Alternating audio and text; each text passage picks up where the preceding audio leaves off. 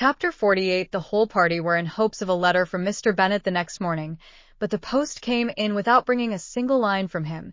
His family knew him to be, on all common occasions, a most negligent and dilatory correspondent, but at such a time they had hoped for exertion. They were forced to conclude that he had no pleasing intelligence to send, but even of that they would have been glad to be certain.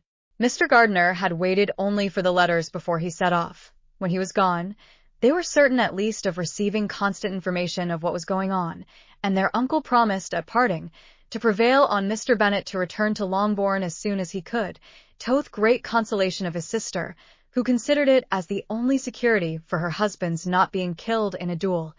Mrs. Gardiner and the children were to remain in Hertfordshire a few days longer, as the former thought her presence might be serviceable to her nieces.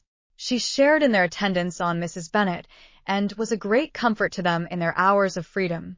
Their other and also visited them frequently, and always, as she said, with the design of cheering and heartening them up, though, as she never came without reporting some fresh instance of Wickham's extravagance or irregularity, she seldom went away without leaving them more dispirited than she found them.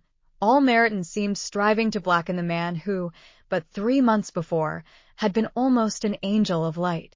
He was declared to be in debt to every tradesman in the place, and his intrigues, all honoured with the title of seduction, had been extended into every tradesman's family.